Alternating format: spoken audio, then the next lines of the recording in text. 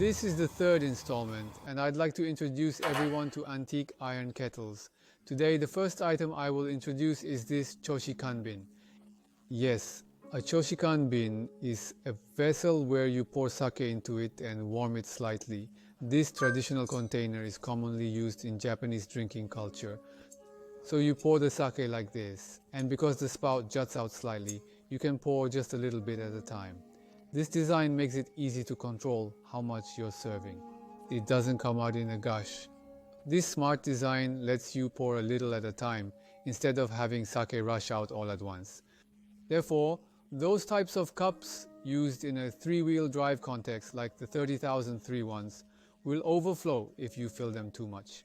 The spout is specifically designed to allow you to pour just the right amount with ease, thanks to its unique shape that ensures precision and control when serving. Yes, you recognize this, right? It's the chrysanthemum crest, isn't it? So this here is missed, isn't it? Well, I haven't really checked inside, so I'm not entirely sure, but eventually it might be effective here and over here as well. These flowers, which represent the imperial family, have been arranged here. This lid is crafted from brass. Based on my assessment, I believe it's likely been around for at least a century. Now, this hexagonal shape is really fascinating and draws you in with its unique geometric structure. Creating a hexagonal form is actually incredibly difficult, much harder than making a round one. It takes a lot of time. Looking at the finer details, you can notice the intricate crane design featured here. This is how the petals are placed here, creating a beautiful arrangement. So this crane, this is also made of brass, isn't it? This part is brass too. I think the second hand here was probably installed very recently. It looks like it might have been replaced just a short while ago. There's something irresistibly captivating about the slight damage and the sense of decay. When you warm sake directly as Satsukan, yes, in the end some sake will remain. This makes the inside of the vessel glossy like this. So this makes it less prone to rusting. Let me introduce this piece first. Now let's move on. Yes, this time it's a large jar. Yes, it can hold more than 1 liter. I wonder if this is what you would use to serve sake when you have a lot of guests over. There's no signature on this piece. The author is unknown. It's nowhere to be found. This pattern is very mysterious. Yeah, it really is quite puzzling. Well, this part here is easy to understand. It's like a turban shell, you know? There are these beard-like patterns spread all over it, giving it a distinctive textured appearance. And you can see how the handle area has been thoughtfully designed as well, giving it a distinctive shape that resembles a squid's head, which adds to its unique character. Now, regarding this vine here, it's actually hollow inside. When you look at the overall impression of this crane, you can tell it is a tool made for a bottle from the beginning. It's not something that was added later. That's really impressive, right? It has been kept exactly as it was in the past. This is probably neither Morioka nor Oshu City. So that leaves Yamagata, right? I think it was made in Kyoto or somewhere like that in Japan. The craftsmanship definitely has that traditional Japanese style to it. And this is also a work by Choshi Kanbin, featuring incredibly intricate patterns around the shoulder area.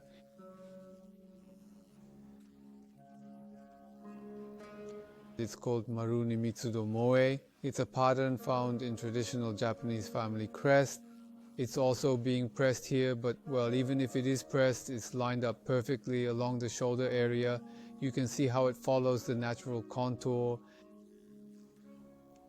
You can see these intricate patterns, right? And over here, there are designs that feel like they're from ancient Greece or maybe Persia. There's definitely that kind of influence in these patterns.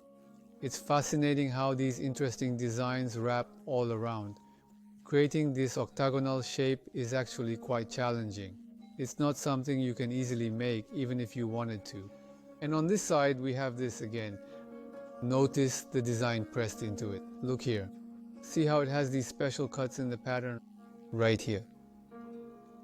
From my perspective, I believe this might have originated in Kyoto. It's quite ornate and decorative, and the crane design is particularly fascinating.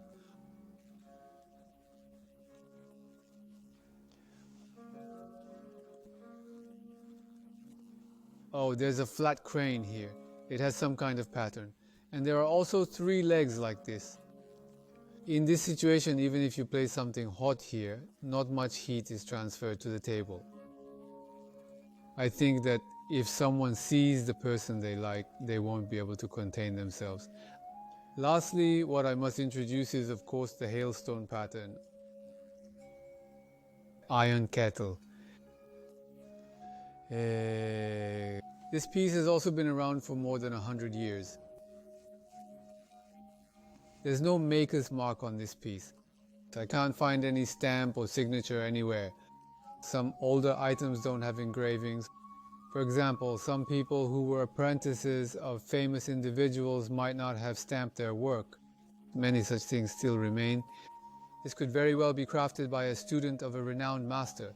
But don't you think it has its own distinctive character and unique qualities regardless of its origin? The piece seems to stand on its own merits.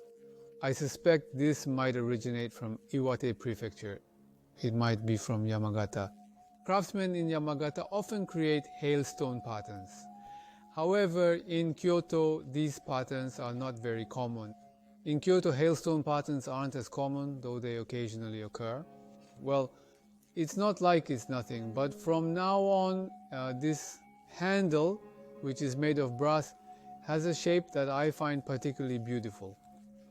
Notice how it's flat in this section, and from here it spreads out like this, creating a nice flow, and I think the design here is really quite stylish and well executed. From the front, doesn't this look like a frog? It looks like a little frog. It's kind of playful and cute, don't you think? There's something really charming about it. Wouldn't it be delicious to drink Doboroku with this? This area is called Toraumazu. Now I'm thirsty for a drink. I've been trying to cut back on alcohol lately though, so I should probably stop talking about it. Today I introduced this long duration flight to you. We still have many more antiques available. Oh, it's the 3rd installment today. I'm really happy that everyone has given us such positive feedback and watched it. I'll keep thinking of ways to create videos that everyone can enjoy and will continue to share them, so I appreciate your support. Today we presented the 3rd installment of Antique Iron Kettles. Thank you very much.